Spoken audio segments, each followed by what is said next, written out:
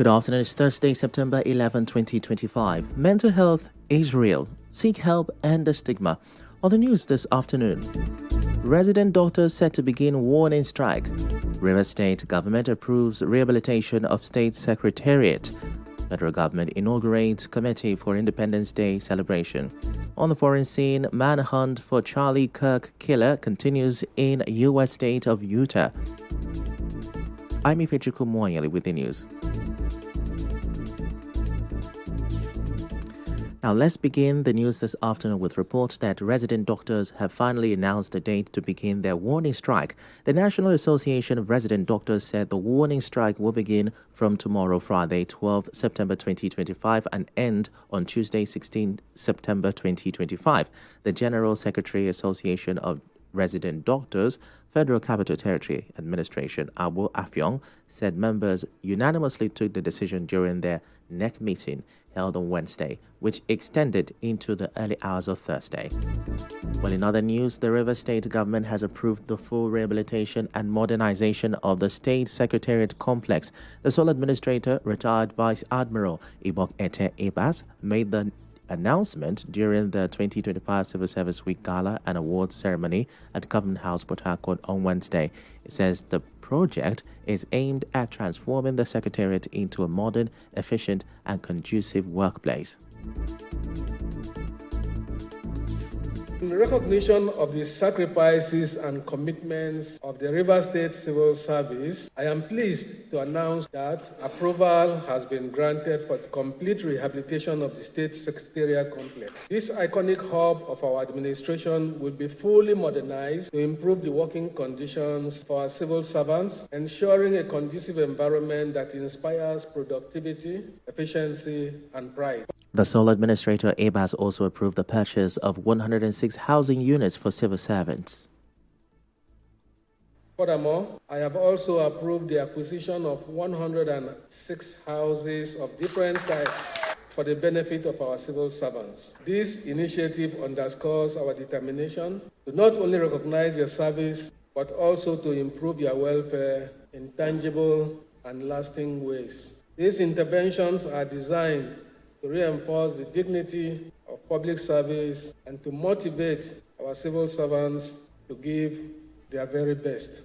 Earlier, the acting head of service, Dr. Ian Brown, thanked the administrator for his consistent support and commitment to workers' welfare. Also speaking, the president of the Association of Retired Permanent Secretaries, Promise Njowo, said they were honored by the historic recognition. The highlight of the ceremony was the presentation of the Most Civil Service Friendly Award to the administrator by the Forum of Permanent Secretaries in recognition of his effort to improve the welfare and development of the state civil service. Well, the chairman of the Nigerian Civil Service Union in Rivers State, Chukwuka Osuma, has condemned the viral video showing a clash between the permanent secretary of the Ministry of Culture and the Director of Finance and Administration. Speaking with our correspondent in Mekotoka, Osuma says the incident goes against civil service rules. Now, he expressed confidence that the state head of service will step in and ensure that anyone found guilty is disciplined according to regulations to deter future incidents.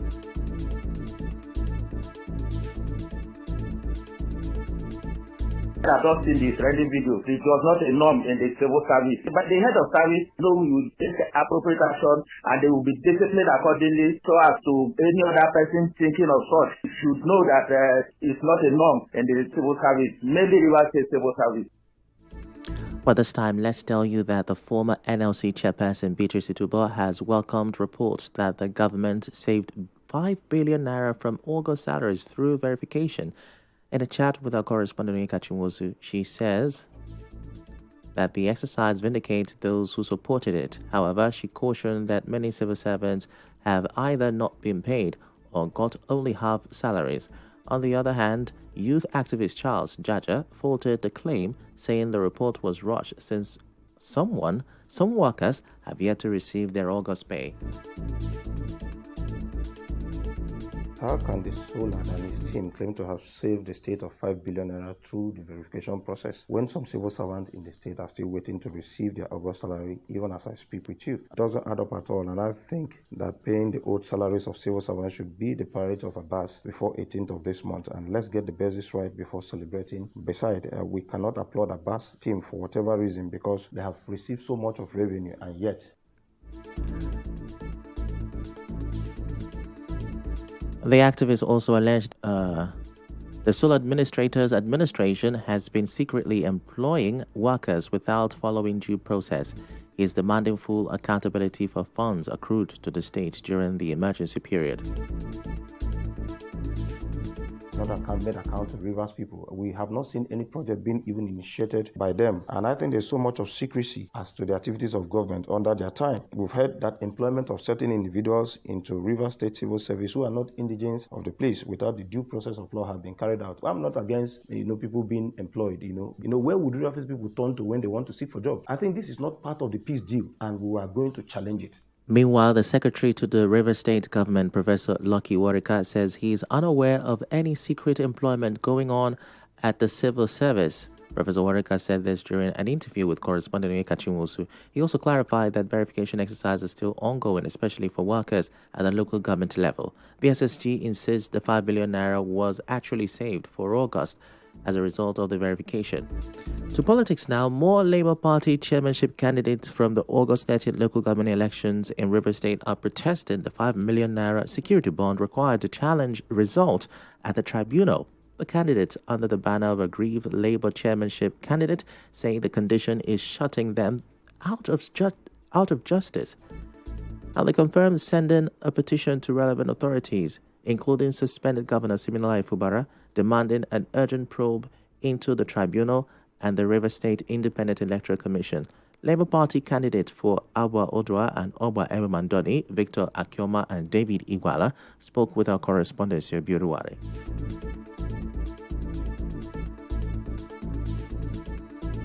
How can they increase a security bond from 1,000 naira to 5 million naira? That is extremely outrageous. The implication is that they do not want us to challenge the election at the tribunal. All of this is just to deny us of our legal right to challenge the irregularities in court. But however, we will still challenge it. By the postponement of the 9th of August, we thought that government was a continuum and accepted to participate in the election. But the emergency law to set up a tribunal mandating petitioners to file in their petitions within 5 days with a bond payment of 5 million naira has made us to understand that the current RISIEC is an emergency rule body that runs contrary to the democratic rule RISIEC law and its stipulations. Igwala insists the group will press ahead with its case despite what he describes as attempt to frustrate them.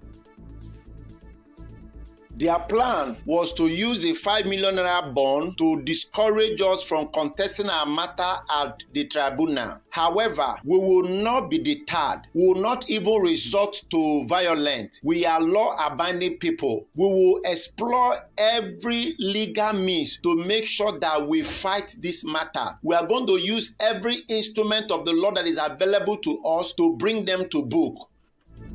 Well, others challenging the results include John Owe of Ahoda West, Gift Anameje of Eche, and Victor Ndule of Oyibo. In a related matter, a Rivers State High Court has adjourned hearing of a suit challenging the August 30th election to October 15. The case filed by former APC House of Assembly candidate for Port Harcourt Constituency 3, Chima Nokam, and 4 others seeks to declare the election unconstitutional.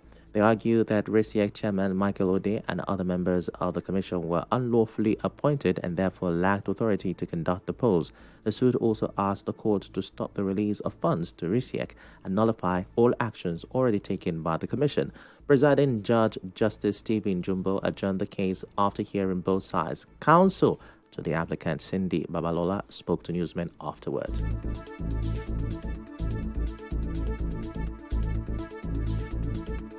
For now, we had served all the defendants with our processes, which we had not received any response from them. And then the matter came up for hearing today, but unfortunately, none of the defendants had served us with their response. Today in court, a counsel came for the first 2 nights. Defendants fully briefed that they don't have a copy of the process. He said he needs sufficient time to be able to respond to our processes. So the matter was adjourned to the 15th of October.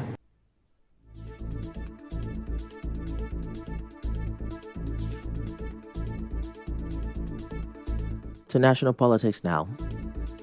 The Independent National Electoral Commission has officially recognized the leadership of the African Democratic Congress, led by former Senate President David Mark. The confirmation was published on INEC's website on Wednesday.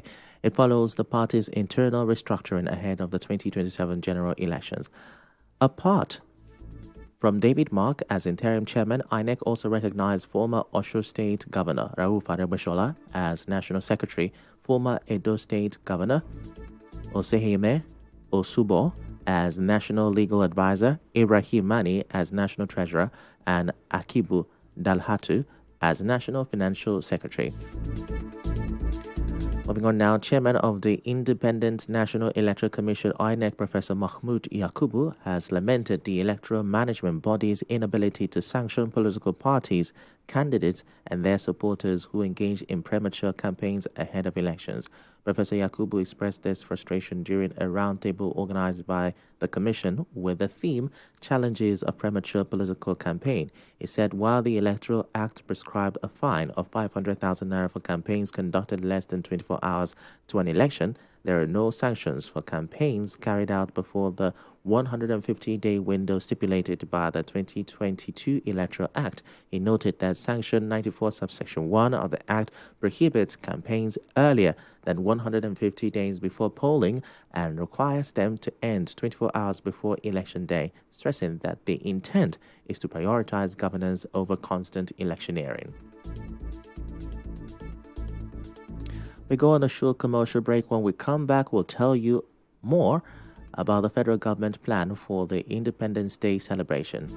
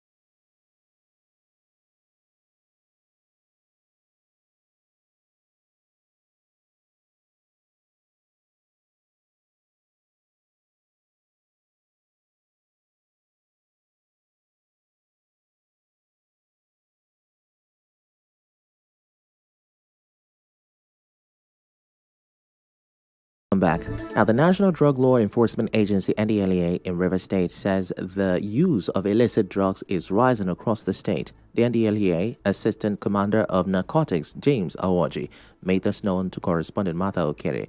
He said drug use is now widespread and can be found in every nook and cranny of the state, with Borokiri in Port Harcourt, popularly known as Abuja Down, identified as the most concentrated area. He said the substances being abused include cannabis sativa, Canadian and Ghana loud, cocaine, and crystal meth, popularly called Muonyili. Now, he linked the drug problem to the increasing quest for quick money. He said youths are said to be the most common users, while more women are now consuming drugs than men. Both streets and even in their houses, they do these drugs. Because of the fact that they know that they are making quick money from it, they go into it. The commoners are the youths. Because they also introduce to it. And that's why when the female gets into the drugs, they even want to take it more than the men because of the anxiety that is involved. The NDLEA Assistant Commander of Narcotics also gave reasons for the rising drug problem. Most ones are peer groups. One person introduces another person, lack of job, unemployment. Oji also raised concern over business online. Instead of them to deliver the drugs themselves, because of the fear of the unknown, they give it to dispatch rider who deliver to the caller, and the user gets his drugs and go to his comfort zone and uses it. Now, if peradventure that dispatch rider is arrested, by the time you want to trace the source of the drug, even the dispatch rider will not have enough details about the person. So in that case, the dispatch rider will be charged for possession, even though it's not for dealing. He also said dispatch riders have the right to check and question the content of any package they are asked to deliver. Most of them, because they give them more money, they don't care to check. Most of them also know what they are carrying, but ignorance won't be an excuse. Already you are involved. So I'm advising them to be careful with the messages they are taking. Some will even wrap it like shawarma. You go and in the name of delivering shawarma to the next point, you are helping the guy to deliver drug. So I will advise them to be very careful and ask questions before they take any message. Away from that, the federal government has inaugurated the Interministerial Committee IMC for the 2025 Independence Day celebration. And a statement by the Director, Information and Public Relations Office of the Secretary to the Government of the Federation, Shegu Imohio-sen, said the 65th Independence Anniversary celebration will commence with the World Press Conference on Thursday, on September 25, 2025. It will be followed by a Jumat service and women's activities on Friday, September 26, 2025. It said the celebration will feature art exhibition on Saturday. Government to conduct a thorough audit of. This is a response to the recent national grid collapse that left much of the country in darkness. The labor union also urged the government to halt the use of public funds to subsidize privatized electricity companies.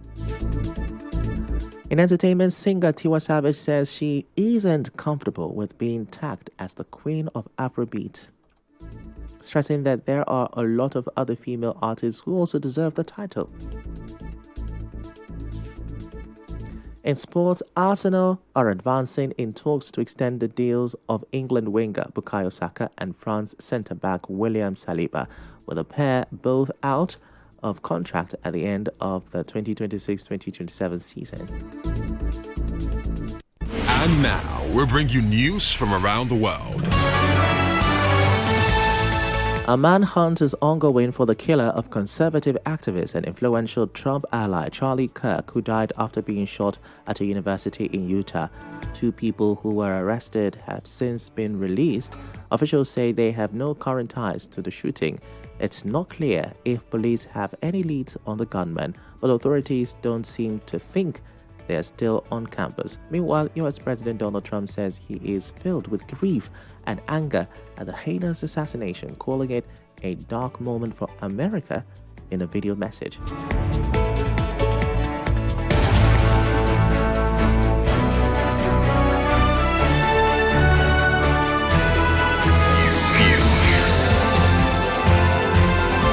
This is the news on 92.3 Nigeria Info.